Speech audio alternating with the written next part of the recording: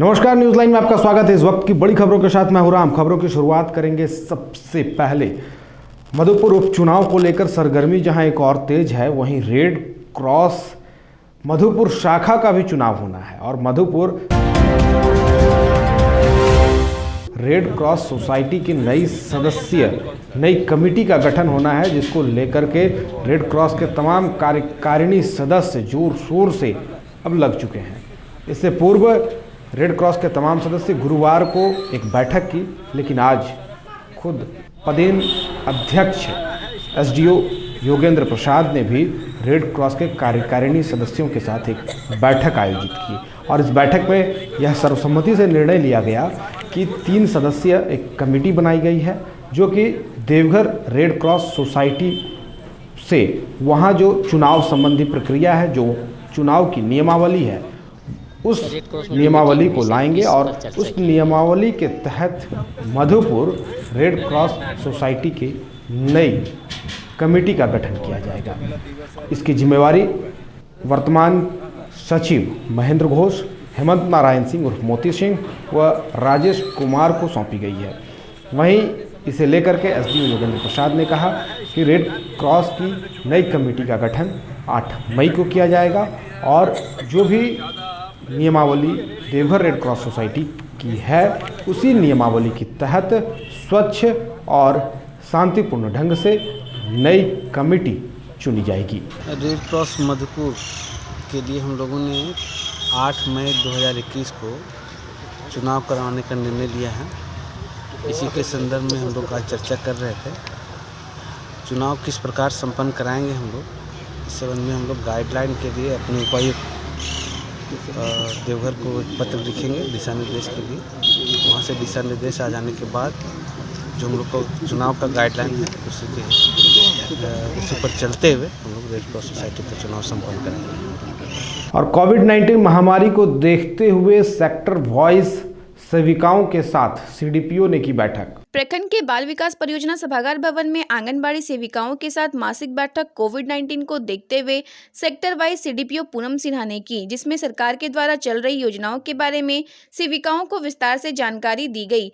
साथ में योजनाओं की क्रियाकरण, आंगनबाड़ी केंद्रों को बेहतर संचालन और हर माह टीकाकरण, एमपीआर रिपोर्ट, बच्चों का वजन, चावल का वितरण की जानकारी ली गई। मौके पर सीडीपीओ पूनम सिन्हा ने बताया कि आंगनबाड़ी केंद्र में होने वाले टीकाकरण, एमपीआर रिपोर्ट, बच्चों का वजन जैसे रिपोर्ट का कलेक्ट हर माह मासिक बैठक करके सभी केंद्र के सेविकाओं से जानकारी लिया जाता है, जिसका रिपोर्ट मूल्यांकन के बाद हर माह जिला को भेजा जाता है। साथ में बैठक में सरकार द्वारा चलाई जा रही योजनाओं के बारे में जानकारी दी गई। सभी सेविकाओं को कोविड-19 का पालन करते हुए सभी सेविकाओं को निर्देश देते हुए बैठक में मास्क लगाकर आने का भी निर्देश दिया गया। पहले की मासिक बैठक एक साथ की जाती थी, मगर कोरोना महामारी बढ़ती संक्रमण को देखते हुए सेविकाओं को सेक्टर वाइज बुलाया जाता है और आंगनबाड़ी सेंटर की बेहतर संचालन के लिए दिशा निर्देश सेविकाओं को दिया जाता है। मौके पर पर्यवेक्षिका निवेदिता नटराजन, प्रियंका कुमारी, सलमवती हेम्ब्रम, प्रधान लिपिक प्रकाश दास, आदेशपाल अशोक मांझी समेत दर्जनों सेविका उपस्थित थीं। मधुपुर का आप और हम जन संगठन ने मधुपुर प्रखंड स्थित अंचलाधिकारी अनंत कुमार झा को एक ज्ञापन सौंपा। वहीं ज्ञापन में उन्होंने मांग की कि स्थानीय लोगों को जाति, आवासीय, वृद्धा पेंशन, विकलांग पेंशन संबंधी कई समस्याएं हैं, उन समस्याओं का जल्द से जल्द निवारण हो। आप और हम जन संगठन के द्वारा अंचल कार्यालय जाकर अंचलाधिकारी के माध्यम से एक ज्ञापन माननीय उपायुक्त के नाम दिया गया, जिसमें अंचल कार्यालय से संबंधित कार्यों को लेकर मांग रखी गई। ज्ञात हो कि आम लोगों को रसीद कटाने से लेकर हर तरह का काम, म्यूटेशन, एलपीसी, जातीय, आवासीय, वृद्धा पेंशन आदि कार्य रुका हुआ है, जिससे समस्याएं हो रही हैं और विद्यार्थियों को भी बहुत परेशानी हो रही है। मौके पर आप और हम जन संगठन के अध्यक्ष धनंजय प्रसाद, महासचिव मुकेश शर्मा, पुतल देवी, भवानी वर्मा, गौतम, बबलू राउत प्रमुख रूप से उपस्थित थे। भारतीय वैश्य महासभा देवघर के तत्वावधान में 50 जरूरतमंदों के बीच कंबल का वितरण किया गया। इस अवसर पर दिवाकर गुप्ता की अध्यक्षता में देवघर बैद्यनाथ धाम स्थित स्टेशन के समीप शनि मंदिर के आसपास रह रहे 50 जरूरतमंदों को कंबल दिया गया। भारतीय वैश्य महासभा के देवघर जिला अध्यक्ष दिवाकर गुप्ता के नेतृत्व में बैद्यनाथ धाम स्टेशन स्थित शनि मंदिर के पास रह रहे 50 जरूरतमंदों के बीच कंबल का वितरण किया गया। कंबल मिलने से जरूरतमंदों में काफी उत्साह देखा गया। वहीं इस मौके पर भारतीय वैश्य महासभा के देवघर जिला अध्यक्ष दिवाकर गुप्ता ने कहा कि कंबल मिलने से जरूरतमंद लोगों को ठंड से निजात मिलेगी। साथ ही श्री गुप्ता ने कहा, जरूरतमंद लोगों की मदद हर एक इंसान को करनी चाहिए। कल हम लोग का एक बैठक हुआ था, उसमें ये निर्णय लिया गया था कि बहुत ठंड है, ठंड को देखते हुए जो ज़रूरतमंद गरीब गुरबा हैं उनके बीच में वैश्य समाज के तरफ से कंबल का वितरण किया जाए। ये कार्यक्रम कल तय हुआ था, उसको आज हम लोगों ने मूर्त रूप दिया है। और ये अभी 2-4 दिन हम लोग का प्लान है वैश्य समाज के बैनर के नीचे कि हम लोग अभी इस कार्यक्रम को एक हफ्ता चलाते रहेंगे और डेली हमारे पदाधिकारी जो भी हैं वैश्य समाज के जो सदस्य हैं वे सारे लोग मिलकर यहाँ पर हम लोग कंबल का वितरण अभी एक आध हफ्ता तक लगातार डेली का कार्यक्रम है। इसको हम किया, आज शुभारम्भ था और ये चलते रहेगा। भारतीय वैश्य महासभा देवघर जिला की ओर से अपने सभी देवघर जिला के पदाधिकारी मिलके अपने जितने भी कार्यकर्ता मिलके जो गरीब लोग हैं उनके बीच आज हम लोग शनि मंदिर के पास कम्बल देके लोगों को बांट रहे हैं।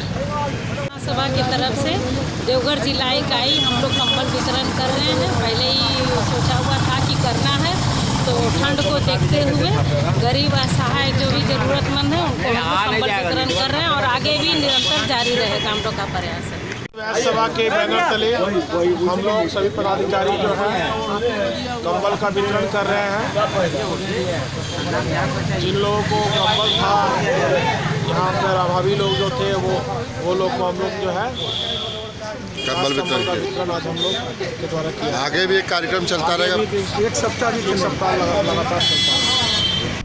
और देवघर नगर निगम के द्वारा 50 फुटपाथ विक्रेताओं को पहचान पत्र दिया गया।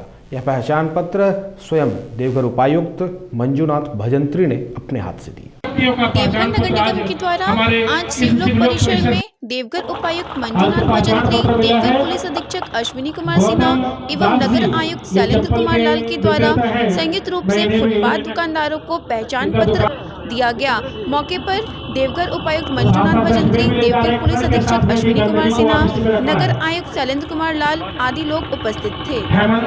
फुटपाथ विक्रेता संघ एक पहचान पत्र वितरण समारोह में जो सबसे बड़ी बात सामने आई है कि फुटपाथ विक्रेताओं का भी एक आइडेंटिटी कार्ड होगा, जिससे वे सम्मानपूर्वक जीविकोपार्जन कर सकेंगे। लेकिन इसके साथ उनके ऊपर बड़ी जिम्मेवारी होगी कि वे रोड को इनक्रोच नहीं करेंगे, ताकि यातायात व्यवस्था सुचारू रूप से चलती रहे और कोई दुर्घटना नहीं घटित हो। इसके साथ ही उनकी जिम्मेवारी प्लास्टिक का उपयोग कम करने का है और शहर को कैसे स्वच्छ बनाया जाए, इसमें भी इनकी महती भूमिका होगी और इनकी भूमिका से ही शहरवासी भी अपनी भूमिका निभाएंगे और देवघर शहर इंदौर की तरह नंबर 1 शहर स्वच्छता सर्वेक्षण में बने, इसका भी संकल्प लिया गया। प्रश्न है स्ट्रीट वेंडर का, तो इनको जो पहचान पत्र मिला है वो प्रॉपर वेरिफिकेशन के बाद, टाउन वेंडिंग कमेटी के अप्रूवल के बाद उसमें क्या काम कर रहे हैं ये भी निर्धारित है, किस जगह पर ये स्ट्रीट वेंडिंग का काम कर रहे हैं ये भी निर्धारित है।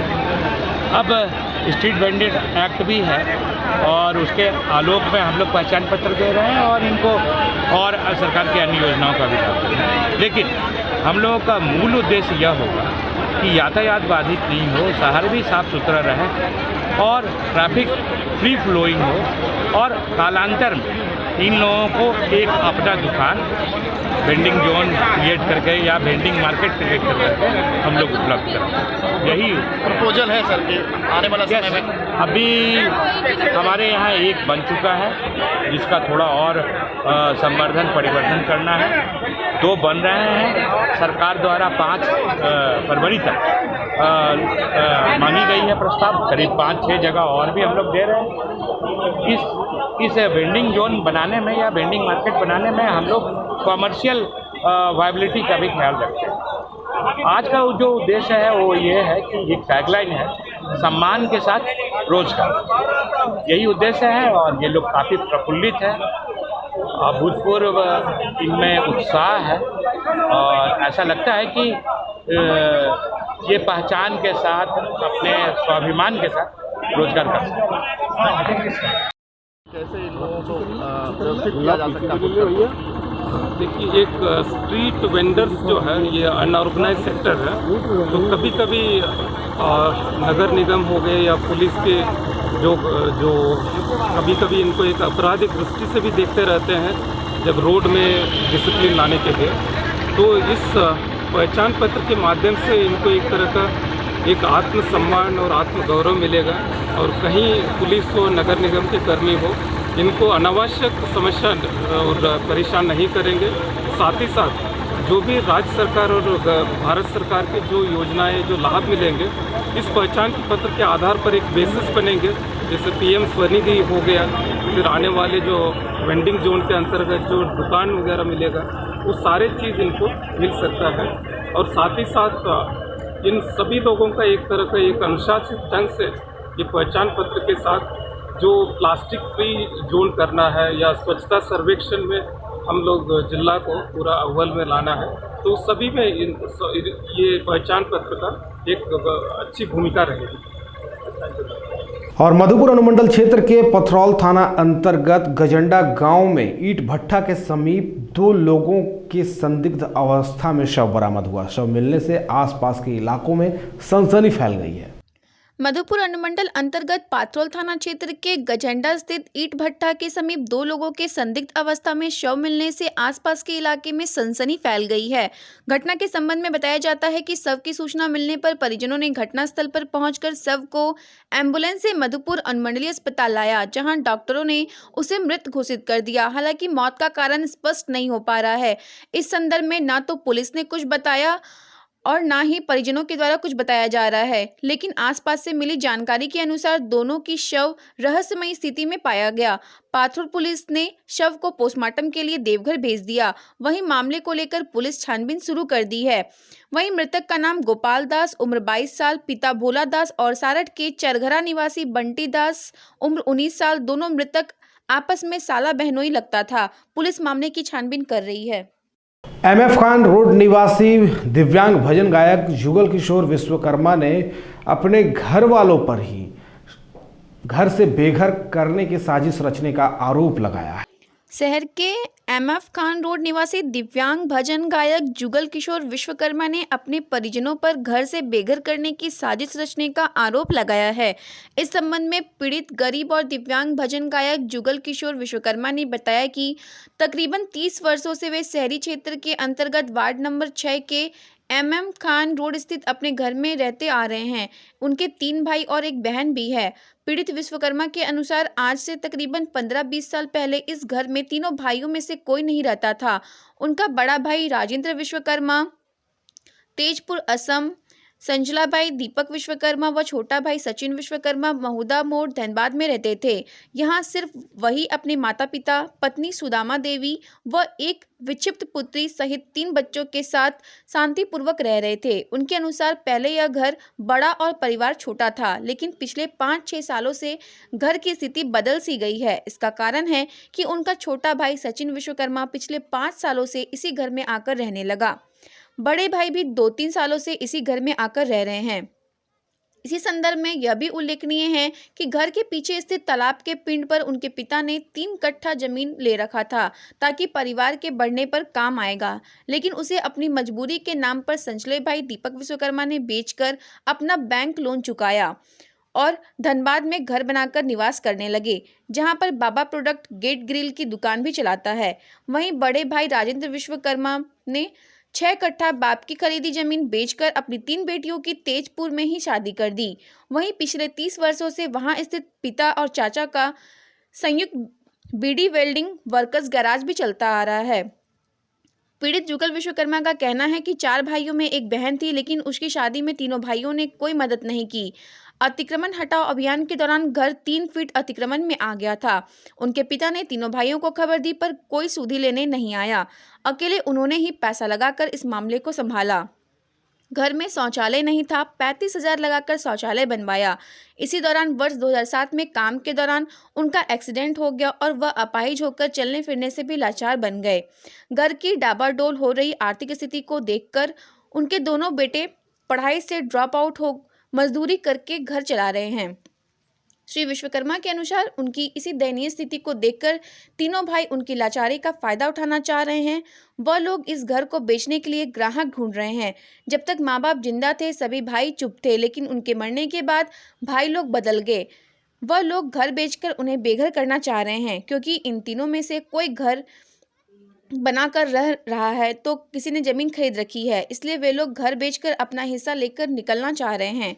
ऐसी स्थिति में जुगल विश्वकर्मा के समक्ष सड़क पर आने के अलावा और कोई रास्ता नहीं है, क्योंकि उनकी सारी कमाई और जमा पूंजी इस घर को बनाने में ही लग गई और अब अपंग बनकर बैठे हुए हैं। उन्होंने भाइयों की घर बेचने की इस साजिश के कारण अपने सामने अंधेरा ही अंधेरा दिखने को लेकर प्रशासनिक व सामाजिक पहल की गुहार लगाई है।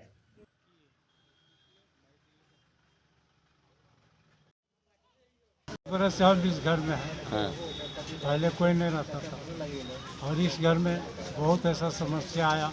4 भाई पर एक बहन थी, हैं, लेकिन किसी को भी कोई गरज नहीं था। माँ हम पर दबाव देके बहन का रिश्ता के लिए हम 3 साल रिश्ता के लिए जोड़े। हमारा प्रयास ही बहन की शादी। दूसरा समस्या आया, ये जो घर आप मकान देख रहे हैं ये 3 फीट अतिक्रमण में पड़ा।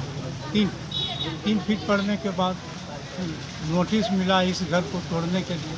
पिताजी अकबर में कोई भाई मदद 35,000 रुपया हमको अपना कमाई का पैसा इसमें खर्चा पड़ा। तीसरा समस्या था कि इस घर में शौचालय नहीं, शौचालय इस तालाब के। खबरों का सिलसिला यहीं पर समाप्त होता है। मिलेंगे अगले बुलेटिन में कुछ और ताज़ा अपडेट के साथ। फिलहाल दीजिए इजाज़त। नमस्कार।